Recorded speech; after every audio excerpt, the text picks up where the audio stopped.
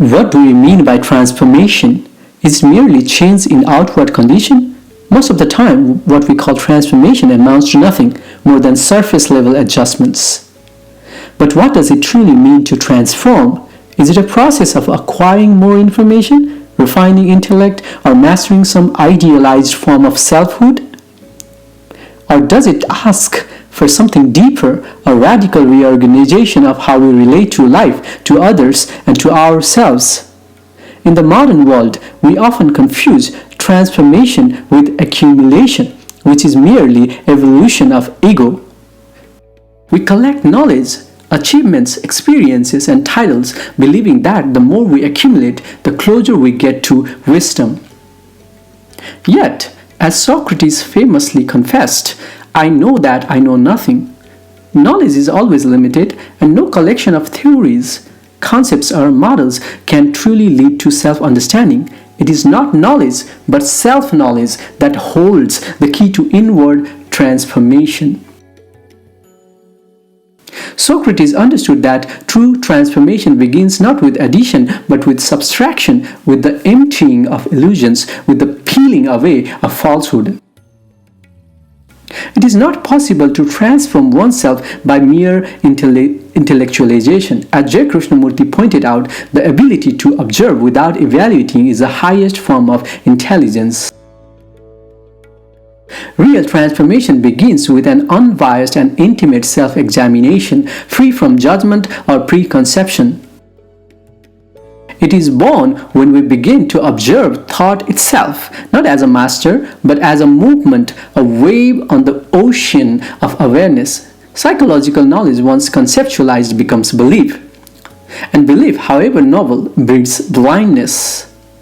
The moment we begin to believe, we cease to truly see. Belief becomes a program, and once installed, the mind runs it unconsciously in an endless loop, blinding us to the fact, also known as what is, in the intellectual circle. Therefore, a mind that is truly seeking must retain the quality of a child, not its naivety, but its freshness. A mind that does not judge, that does not cling, but looks openly, innocently. Man is the world, the inner is the outer. In a spiritual sense, man is not a separate self wandering in a world of objects. Man is the world. As the Chandogya Upanishad declares, Tattvamasi, you are that. The distinction between self and world, subject and object, is a creation of thought.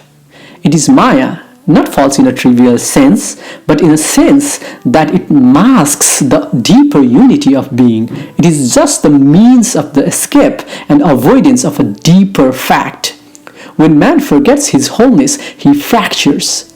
Each fragment then becomes a program running unconsciously in the mind. And from those fragments he wields identities, roles, ideologies, ambitions, and dogmas.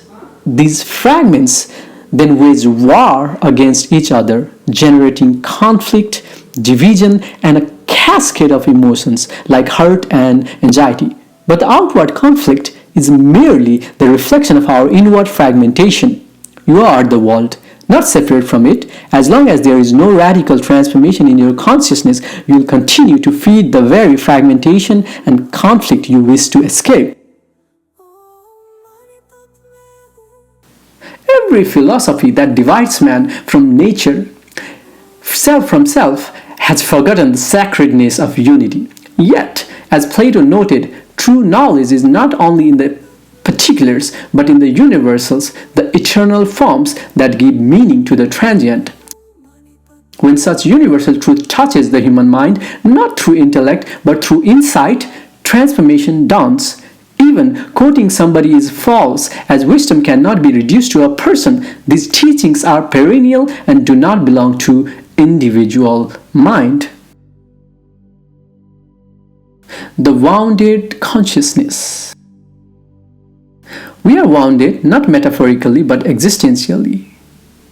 We have been misled by a culture that values images over insight, words over wisdom, and symbols over self-awareness.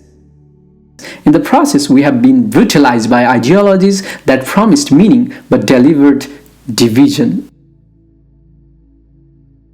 And these wounds have become part of our consciousness. The trauma has brought about self-isolation. As Carl Jung observed, until you make the unconscious conscious, it will direct your life and you will call it fate. We live in loops of thought, chasing pleasure, avoiding pain, and building cages of meaning to avoid the silence of our own being. Our original sin is not disobedience, it is division. We have divided ourselves from ourselves, and in doing so, we have lost the peace of wholeness. This fragmentation has infected our culture.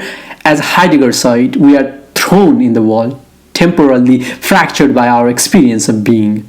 If one can look without distortion, without agenda, one finds that the distinction between subject and object, self and the other, is illusory. In that looking, a profound stillness opens, wisdom versus knowledge. There is a great difference between wisdom and knowledge. Knowledge can be stored, passed on, commodified. Wisdom cannot. Wisdom is the flame that ignites when truth and being are in harmony. But in our society, wisdom is often mistaken for cleverness. We celebrate the intellect but neglect the heart, as Lao Tzu wrote in the Tao Te Ching. To know that you do not know is the best. To pretend to know when you do not know is a disease. Pseudo-intellectual pursuits now dominate our time. Projects that consume energy but yield no deep insight, and we call it progress. But a society that forgets how to be silent, how to look inward, is not progressing, it is drifting, the observer and the observed. Western thought has traditionally divided experience into two domains, the observer and the observed. But Eastern insight from the Vedanta to Jain reveals the separation as illusion. Both arise from the same source. The mind divides because it perceives in spatial temporal terms, but in deep awareness that division dissolves. As the Brihadaranyaka Upanishad asks, when there is no duality, how can one see the other? In truth, to observe is to be. When thought dominates, it manufactures the illusion of separateness, and from that illusion comes suffering. Most of our choices are born from the fear of pain and the hunger for pleasure, but true transformation begins where we stop running, where we meet the pain not to conquer it, but to understand it. Without meeting darkness, there is no discovery of light. Jung and the inner patterns. Carl Jung emphasized that each of us is born with psychic patterns, archetypes that shape our perception and behavior. He called them the collective unconscious. And unless we become aware of these patterns, we act them out blindly. We become puppets pulled by unseen strings. Freud, too, pointed to the libidinal energy, the primal force behind human behavior. But where Freud saw repression, Jung saw integration. Transformation then requires not suppression of this energy, but its mutation, its refinement. When the primal energy, or kundalini in yogic terms, rises into higher centers of awareness, man becomes truly awake. But for that to happen, they must first observe their thoughts, desires, resistances without judgment, observation without the observer. Krishnamurti used to say, the observer is the observed. This phrase is not a riddle, but a revelation. It means that one who watches thought is not separate from thought. To understand this is to end conflict, because the duality of inner and outer, self and other, breaks down. This insight opens the door to what the Jain masters called no mind, a state of pure awareness where thought has its place but does not dominate. In this awareness, transformation occurs not through effort but through insight. Not by building something new, but by seeing the sacredness of the whole. The word holy comes from the same root as whole. It means undivided. Fragmentation is not psychological, it is sacrilegious. When we divide ourselves into nations, ideologies, beliefs, and roles, we betray the inherent unity of life. Our suffering is not punishment, it is feedback. It tells us we have wandered from truth, and the truth is simple. We are not separate, not from each other, not from nature, not from the divine.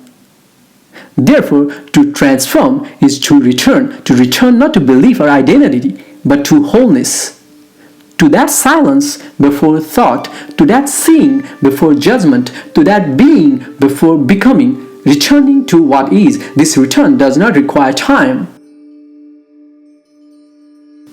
It is not something to be achieved in the future. It begins now, in this moment, with a single act of attention. Can you watch your thought without identifying with it? Can you feel your fear without trying to escape it? In that attention, a new quality emerges. One that does not seek, but sees. One that does not grasp, but glows. And in that glow, there is neither self nor other. There is only life unfolding. The journey of transformation is not linear. It is not a climb, it is a deepening, a falling inward, a softening into what is. As Ramana Maharshi said, your own self-realization is the greatest service you can render the world.